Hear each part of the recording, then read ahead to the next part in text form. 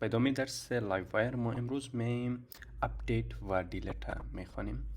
خب میریم در کد ما و میایم در قسمتی که تمام پست های ما را نشان دادیم.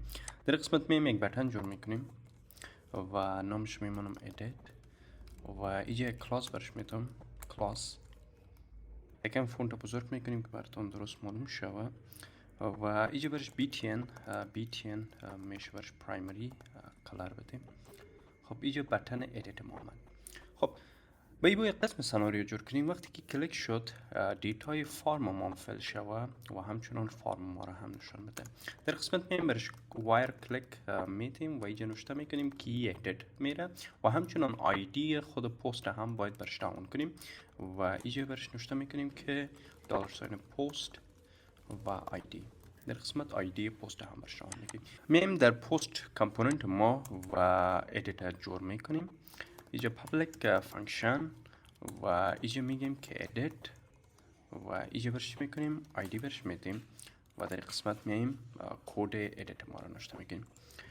یک قسمت ببینین پست گفتیم که از مدل پست از خود مدل پست آیدی یکا پیدا کنه و اینمی تایتل ما که از this تایتل ایره مساوی کنم با پست تایتل و کانتنت ما رو مساوی کنم با پست کانتنت و اینجا گفتیم که open form true یعنی فرم ما رو هم بر ما باز کنه و همچنان اینجا باید یک وریبل دیگه هم جور کنیم که public نوشته کنیم که $، edit id و ایره مساوی کنیم به میشه هیچ مساوی نکنیمش.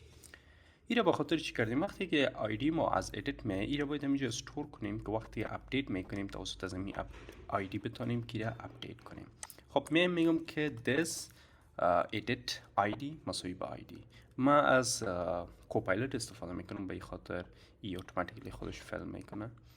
خب میایم قسمت و وقتی که حالا بیایم اینجا رفرش کنم و ادیت کلیک کنم ببینین اتوماتیکلی چی کرد؟ دیتای ما را فیل کرد. خب دیتای ما را فیل کرد. اگر حالا من بالای بتن سابمیت کلیک کنم ببینین اینجا گفته ای 10 کاراکتر باشه. من یکان چیز دیگه نوشته میکنم و ایده سابمیت میکنم. ببینین از بجای که ای ادیت کنه و یا هم اپدیت کنه ای چی میکنه که ایده سیو میکنه. باید این بتن قسم کنیم که وقتی که آیدی خود پست بود ایره از بجایی که با سابمیت روان میکنه ایره باید با اپدیت روان کنه. خب میایم اینجا در فرم ما ببینید اینجا وایر سابمیت گفته که دستور بره. اینجا یک اف میگیریم میگیم اف اگر $، edit id را داشتیم در اون صورت چی که ایره وایر کلیک و میگیم که مثلا اپدیت پست و اپدیت پست ببر اپدیت پست و در السش ایره ببر به کجا؟ به سابمیت end f. اینجا گفتیم که اگر آیدی خود پست ما بود در این صورت ایره به اپدیت پست ببر و اگر نبود به استور ببر. میم اینی اپدیت پست کامپوننت اینجا فانکشن برش جور میکنیم. میگیم public فانکشن بعد از اون میگیم اپدیت پست و اینجا چی میکنیم؟ اول کاری که میکنیم validate میکنیم. میگیم this بعد از اون validate و اینجا اولین کار validate میکنیم. بعد از او مدل میگیم find code this edit id را از کجا گرفتیم؟ از این قسمت edit id و بعد از او update کو title و content مرا و فرم چی کو خود فرم پس فالس میکنیم و اینجا ریست پیج هدفش از بود که وقتی که ما در یک پیج دیگه باشیم مثلا پیج های ما زیاد باشه در پیج دیگه باشیم اتوماتیکلی پیج ما رو به پیج اول میره و اینجا گفتیم ریست کو تایتل و کانتنت و اینجا همچنان میگیم که ادیت آیدی رو هم ریست کو و بعد از اینجا پست ما رو اپدیت میکنیم. خب حالا میبینیم که کار میته یا نمیته. ایره ادیت میکنم و میایم یکان خب اینجا وایر کلیک گرفتیم این را وایر سابمیت کنیم.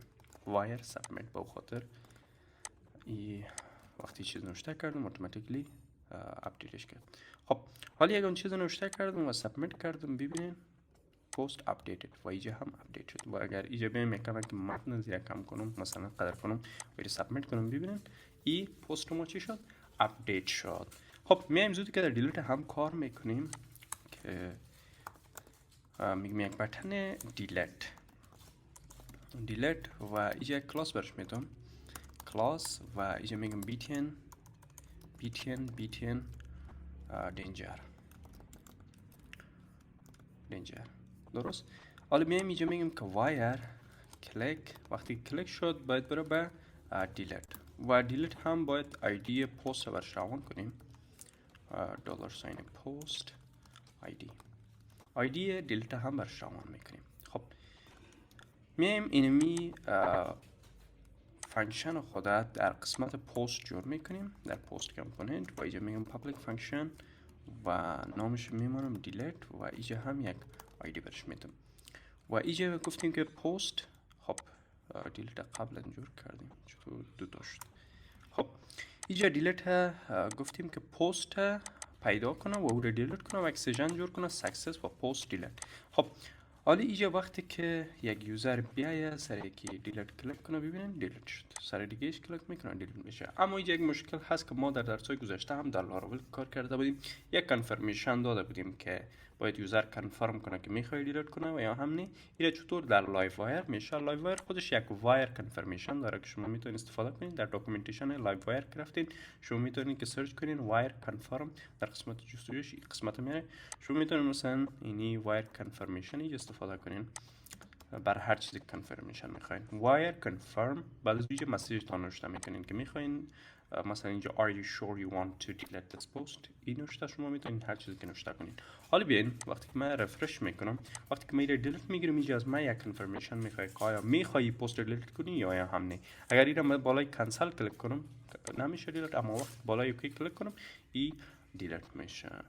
خب درس امروزی ما با اینجا پایان میرسه. در درس بعدی الپاین جیس هم میخوانیم که توسط الپاین جیس چطور میتونیم که بعضی فیچرهای دیگه لایو وایر را انلاک کنیم و بیشتر بتونیم از لایو وایر استفاده کنیم. وقت خوش داشته باشین، ویدیو را لایک کنین و چینل سابسکرایب کنین. خدا حافظ.